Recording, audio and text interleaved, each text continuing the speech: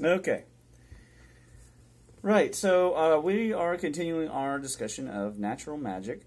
And last week I discussed models that help the person to create a natural defensive barrier around them so that they can survive in a world that is beset with chaos and fate and bad luck. And of course, your karma always lingering with you. You know, here's a little thing about karma. For example, everybody's out running around buying teeth whitener. Okay, now you look at my teeth; they're looking pretty good today, right? Do you know that had nothing to do with teeth whitener? It had nothing to do with toothpaste. I didn't buy a new toothpaste. It's just a matter. If you are a person who tends to have yellow teeth, the first thing you should suspect is your liver. It's bilirubin, more than likely, unless you're a smoker or a coffee drinker obsessive, which again goes back to liver, both of those. It's probably not stained, it's probably bilirubin. So seek inside, first things first. Okay, now, let's talk about the Book of Changes, and in general the changes, okay? Now this is the Wilhelm Baines. Of course, there's a gray cover if you buy the one with dust jacket on it. But I took my dust jacket off. That's what it says. So this is the Wilhelm Baines. I use this for like mundane stuff. I'm going to be checking the changes here in a little bit just to see, get a feel of what's going on. But you don't have to do that. You don't have to do that because otherwise this wouldn't be natural magic, right? But let's talk about, though, what using the changes really means. Right, because right now in your mind it is an abstract concept. Maybe it's a couple bars, some solid, some broken, or maybe it's this idea of male and female interacting. But maybe you've even heard that there are 64 changes, just like there are 64 codons in your DNA. But so what? What does it actually mean? So now we need to talk about the arrangement of energy around you. I need you to start thinking of feng shui. Not in terms of, how I put the chair, where it's like sitting in the room, or what colors are here in order to accent. That's all interior decoration. Okay, that is not what I'm interested in. I'm interested in how the energy is arranged so that things are done in the most efficient and least draining on the psyche manner, and possibly also on the body, and creating a safe, excellent place for you to be, where the energy is not stale. There's not a buildup of yen, so there's not spider webs everywhere and boxes and old newspapers, and there's not too much darkness in the room, constantly dragging your spirit down. Okay, you need light to lift your spirit. Where the air is not stale, okay? All the arrangement of energy around you. That's what I'm really on about. I'm going to just slightly adjust that. There you go. So when we talk about the arrangement of energy, of course you have to mention the arrangement of atoms, and consequently, and including the radiation in the room. For example, this here wireless cordless phone. It did EMF measurements. This thing is putting out, what was it? I think it was 85 coulombs constantly. Now, what I noticed was it was affecting my assistant. And constantly she would feel, on a day where she had to talk to a lot of people, which I know talking to people can be rough, but I noticed that she would get more likely to get a headache. So this thing, radiating coulombs constantly, a lot of electricity, creating that potential field, is part of the arrangement of energy in this room. This printer that's holding up the camera, the monitor that's to my right, it's wafting me with this LED light versus the sunlight coming in from this direction and bouncing out from behind me. And then you've got the fluorescence, of course. So all these different forms of energy interacting with your body are just as important as, say, getting your exercise. Or what did you eat for breakfast? Did you have something cloying and heavy on a day when it's already going to likely be cloying and heavy and slow and a day of drudgery? This is a Monday. And it's probably a bit more yen Monday. You know, we're coming off of a yang weekend, but so there's going to be a lot of drudgery. So did you eat something heavy and dragging you down, or did you eat something lifting you up? That energy and this energy is all one energy. I know that we measure them differently. We measure them in electric fields and magnetic fields and gamma rays and visible light, and there's heat that you're not seeing, and there's UV that you're not seeing. However, that's all just different frequencies of one truth, that one energy that's going. Of course, we call this chi. Now, when you talk about chi, you got to divide. Sometimes I'm talking about life force. Sometimes I'm talking about spirit. Sometimes I'm talking about electricity in the nerves. Sometimes I'm talking about hormones. But we just call it chi. And you have to remember, they didn't translate things in the ancient days. They thought that way. Right? So when they use the same word over and over, this is something I have to explain to Taoists often. Confucius was not a Confucian. Kongzi was a Taoist. If you read his text, he talks about Tao. Now, he had a different opinion on what that meant and how to achieve Tao. His Tao was based on Zhen, which is humanity, and Li, virtue, and it was based on benevolence, and it was based on justice. Right? So he and Lao Tzu and Chuangzi all had different takes on things. Even Liezi had a different take on Tao. How they achieve the acquisition of their energy is solely determined by the karmic circumstance and not by the atoms themselves. It's just that they think things are rearranged, and their life is also rearranged, and their spirit is rearranged, and each soul is different so that the experience is different. Okay? And also their luck matrix is different, but we're not going to get into luck matrix, okay? So you have this energy arrangement, and that configuration determines a whole host of things. For example, if you talk about the configuration of power, sure, it determines the overall winning and losing. Let's take, for example, this bottle of water. Now, the bottle of water is contained thoroughly inside this container. There is no doubt that this bottle of water is of no real harm to anyone. Now, we all know that water is one of the most harmful substances. Many people die of drowning and water skiing accidents and in their shower, etc. Okay? But it's also life-giving. So what we have done as humans is we have arranged things to where we have it locked down, okay, into a container, and then we've arranged it to where it is funneled to a safe spout. Right now, when your chi gets low, though, maybe due to distraction, most likely, you might inhale some of that water, and that water suddenly has the power, it feels at least, of death over you. Now, it's not trying to kill you, is it? Right? It's just kind of like gravity. It's just happening. It's constantly at play. So the water is not per se seeking the inside of your lung. However, it will find it if there's a vacuum, which the lung is a vacuum. That's how it works. It's a vacuum. And then you not having your chi in the right place, whether your mind was distracted or you just breathed wrong, it happens from time to time, then the water will find its way in. So we have, as humans, our biggest job and what we spend the most time in doing is trying to arrange things for us. Now, some people, they resort to cheating, right? They're going to go scam people, maybe for, pretend they need gas money, and they're going to hang out in the parking lot of the grocery store and, put on fake tears, and, they need money. And other people are going to work hard. In fact, some people are going to work too hard, and they're going to use up their essence in the pursuit of arranging energy.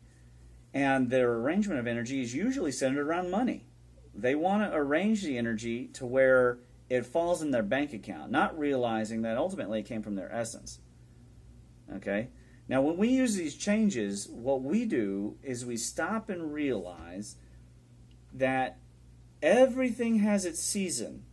And so right now you might be low in money, but later there will be money. And it will pass back and forth like this.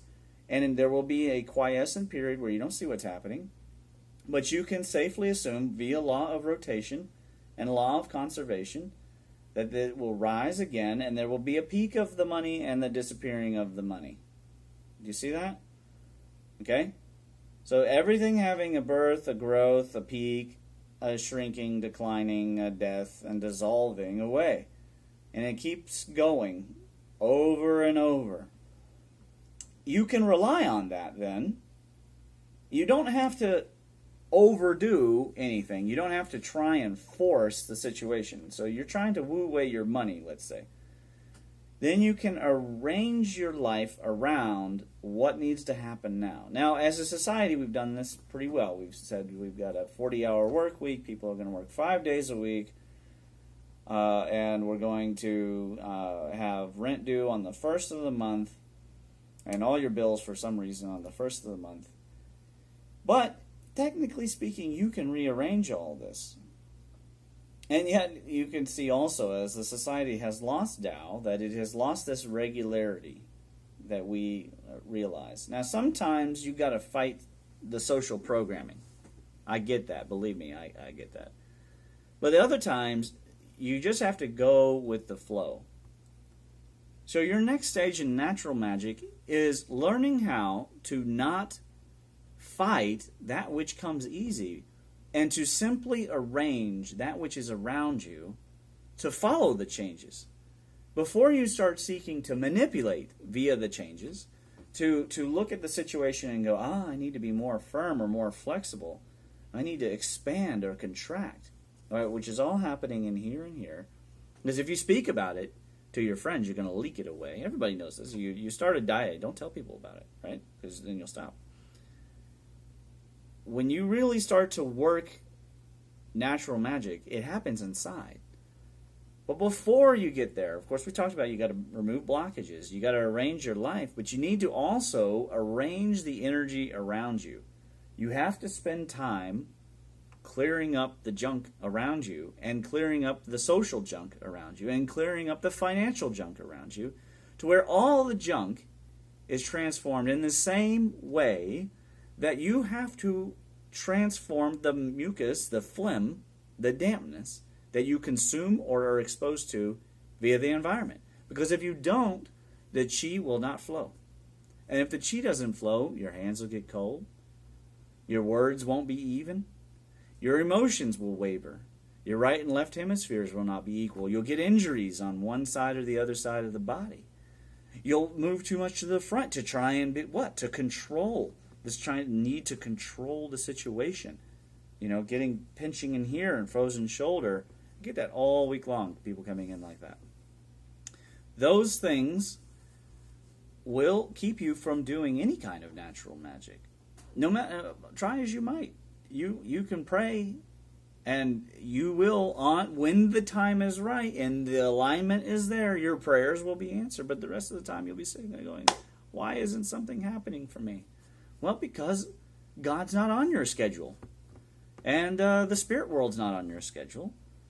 And guess what? The physical universe is not on your schedule. The seasons are not on your schedule. You can plan your wedding anytime you like. But if it rains, it rains. There's nothing you can do about that. There is so, if you are in alignment with the energy, you can know ahead of time. I'm going to have a yang, it'll be a yang weekend. For example, this last weekend was a very yang weekend. I did a lot of moving and moving about, not moving my home.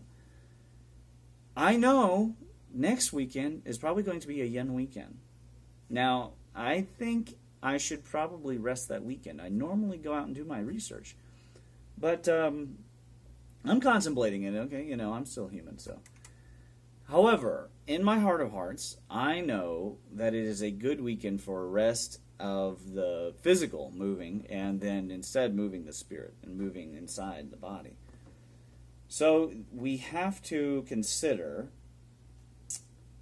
if I'm going to really woo away my life, Maybe it's time I spend arranging my home, taking care of chores, doing all those things. If I fight it, it's going to cost me some chi, which is going to age me. Is that really worth it? Or can I get that little bit of movement that I want by, say, playing basketball? Or going to the movie theater, catching up on a movie? Every single thing becomes an energy interaction. Let me say that again. Every single thing, watching this video, becomes an energy management interaction. A chance to frequency adjust, to modulate yourself. Okay, you can frequency modulate or you can amplitude modulate. And to get into resonance with that which you are hoping for.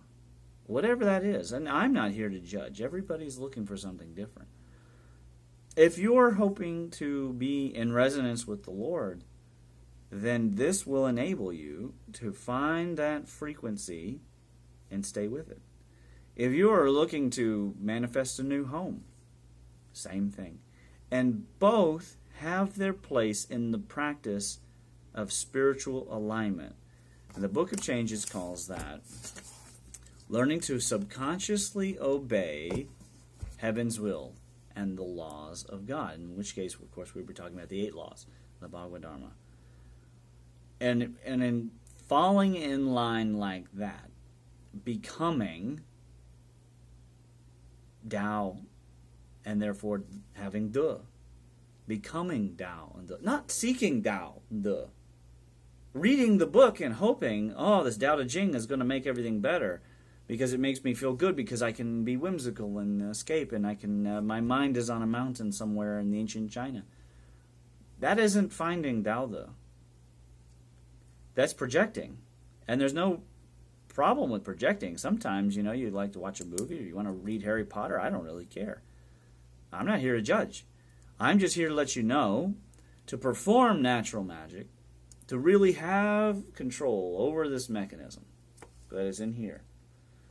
Then you've got to obey these changes. And pulling out all the stops includes the arrangement of energy around you. And that is the main point of this video. The energy around you is just as much a part of your Tao as making sure that you get your exercise and that you eat your vitamins. What else? That you listen to the right music. So if you take anything away from this, is that before you go off hoping to master the universe, master the self, master the moment, master the energy arrangement right around you. Okay?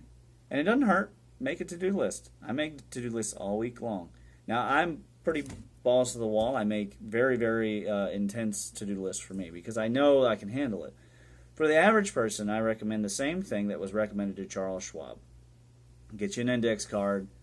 Write you the 6 most important things you need to do in the next 24 hours. And go in the sequential order. Do as much as you can to 1. Hopefully eliminating it. And don't try to do more than 1 at once. That's what was recommended to Charles Schwab and made him a millionaire in the 1920s. And I can also tell you that if you haven't listened to the Lead the Field series, you need to listen to Lead the Field. As read by Bob Proctor. It was originally an Earl Nightingale series. It will help you. It doesn't have all the 8 laws, but it's got 7 of them. 6.5. And so this is a really important series. I hope that you go out and find it. And if you're having trouble, let me know. Okay. I'll see you all later.